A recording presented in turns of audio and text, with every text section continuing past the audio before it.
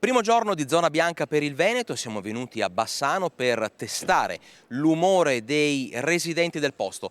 Che cosa è cambiato? Si respira più libertà? È stato fatto un passo importante verso la riconquista di quella normalità che tanto ci manca? Scopriamolo insieme.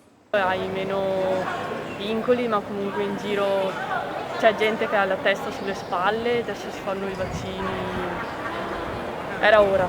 Tra vaccino e rispettare le norme alla fine sono finalmente cose che possiamo fare, una colazione fuori, riprendere le nostre abitudini. Cambia totalmente la cosa, quindi sì, si sta sicuramente meglio. Senza più coprifuoco come si sta?